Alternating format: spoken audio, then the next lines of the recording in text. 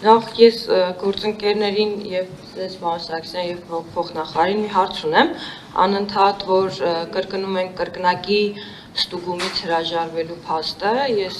անկեղծ չեմ հասկանում ինչի վրա հիմնված այդ պնդումը,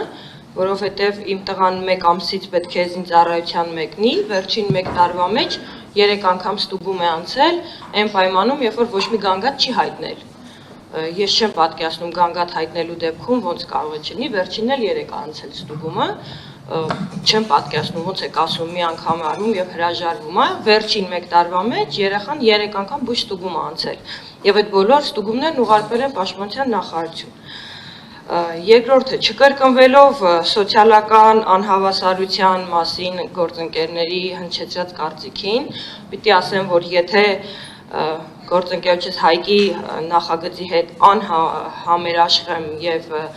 խնդիրներ եմ տեսնում, կառավարության առաջարկած քվոտավորման հետ կտրականապես դեմ եմ, որտեղ դա ոչ միայն անարդարություն, դա խոր անարդարություն եւ անհավասարություն, բազմաթիվ վեճերի, բողոքարկումների եւ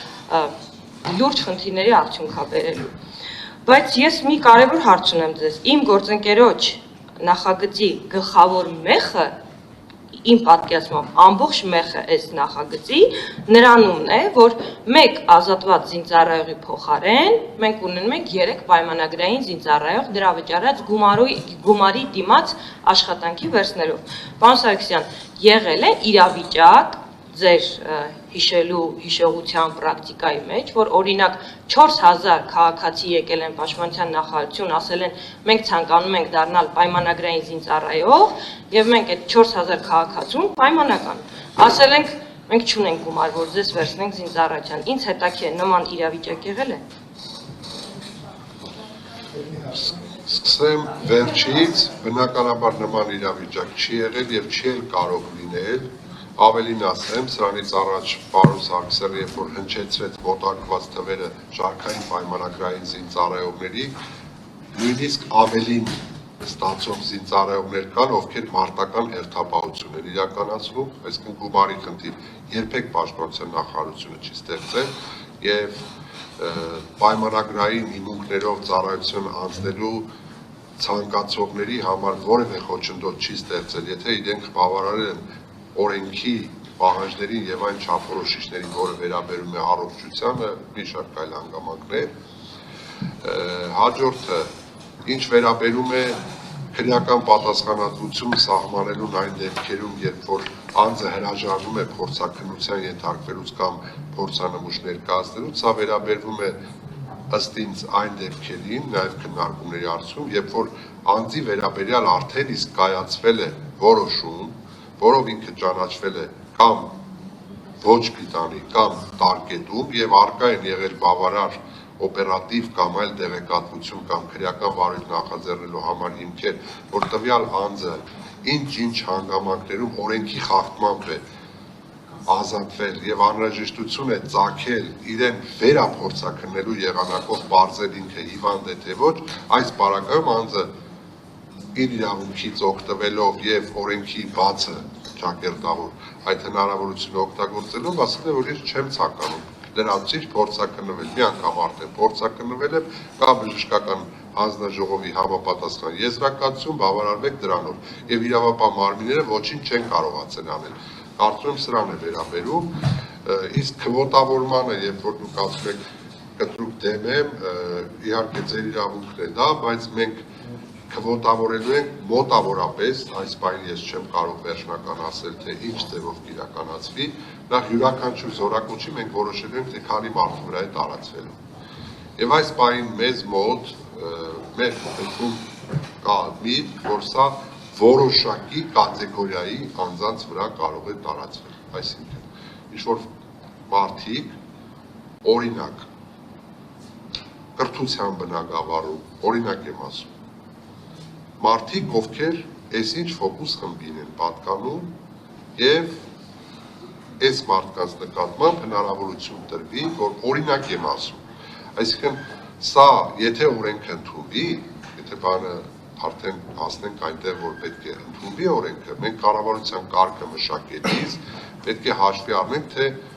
ում նկատմամբ է այս գործողությունը այս հնարավորությունը տրվելու եւ ովքեր են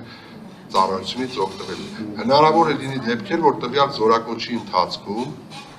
որևէ հնարավորություն չտրվի, օրինակ դա էլ է հնարավոր։ Սա քննարկման հետագայում քննարկելու հարցեր են, կամ տրվի փոքր թվականակ։ Իսկ այն մեխանիզմները, որոնք դուք պնդում եք, որ կարող է անարդարության, կոռուպցիայի հնարավոր մեխանիզմներ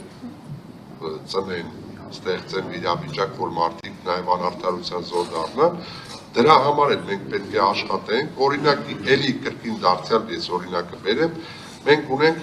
արտոնյալ պայմաններով հիպոթեկային վարկավորումից օգտվելու, որը իրականացնում ենք վիճակահանության միջոցով։ Ես կարող եմ վստահաբար պնդել, որ մինչև հիմա որևէ բողոք արդեն տարիներ շարունակ իրականացվում է, ես չեմ ասում, որ սա վիճակահանությունով է լինելու անպայման, բայց օրինակ պաշտպանության նախարարությունը այդ գործընթացն իրականացնում է եւ մենք չունենք գետ մեկ բողոք, որ զինծառայողը ասի, գիտեք, եկա ականատես եղա ինչ որ process-ի, որտեղ խախտվեց իմ իրավունքը մեկ այլ զինծառայողի նկատմամբ ավելի բարվոք վիճակ ստեղծվեց։ Ավելին ունեցել ենք մենք գեներալներ, ովքեր ավակ ենթասպաների, լեյտենանտների հետ հավասար պայմաններում եկել են վիճակահանվել են եւ այդ գեներալը չի ստացել այդ հնարավորությունը, ստացել է իր ենթական, իր շատ, այսինքն մենք այստեղ ամեն ինչ պետք է անենք, որ այս անարդարության զգացումը որևէ կերպ չարդարվի։ Ես ուզում եմ այս հատվածը այսակ ասել։ Այս հատվածը ռեգլամենտավորենք 2 րոպե հարց, 3 րոպե պատասխան, եթե դեմ չեք։ Խնդրեմ, Տիկին Պողոսյան, շարունակեք։ Պարոն Սարգսյան, դուք իմ գործընկերն եք, իմ ընկերն եք, իմ ընտրած իշխանությունն եք, իմ ճանաչած ամենաազնիվ մարդկանցից մեկն եք, պարկեշտ։ Ես ձեզ իմ բարձրացած հարցը ձեզ չի ուղղված։ Ես մի պահ անգամ ձեր վիճակակատած վիճակահանությունը չեմ դրվում վիճարկման տակ կամ ասում դա այդպես չի, բայց քվոտավորումը ինչ տարբերակով էլ որ արվի, դա խորը անարդարության զգացողություն է առաջացնում։ Ես հասկանում եմ ինչի եք դուք դա անում, ես հասկանում եմ, որ որոշակի քանակ եք ուզում սահմանել, բայց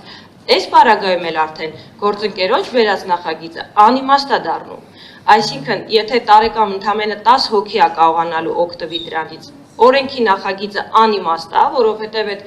240 միլիոնը ոչինչ չի փոխելու պետական բյուջեում զինծառայողելու։ Շատ կարևոր էր, որ դուք ասիք, որ մենք չենք ունեցել նման իրավիճակ, որ մարդիկ գան ասեն, ուզում ենք պայմանագրային զինծառայող դառնալ, մենք էլ ասենք, վայ ինչ լավ է, բայց մենք գումար չունենք։ Չկա տենց բան։ Հետևաբար մենք չունենք նաև գործընկերների ասած այդ ռեսուրսը։ Մենք չենք տեսնում այդ մարդկանց, որոնք հերթ են կանգնել պայմանագրային զինծառայող դառնալու, թեթևացնելու ժամկետայինների բեռը, մենք էլ ասում ենք, գիտեք ընկերներ, գումար չունենք, այս է հենց գումար անենք, չունենք մենք այդ ռեսուրսը կամ այդ ցանկությունը չունենք։ Եվ պետք է ասեմ, պարոն Ալեքսանյանը ասաց, ամեն հարցի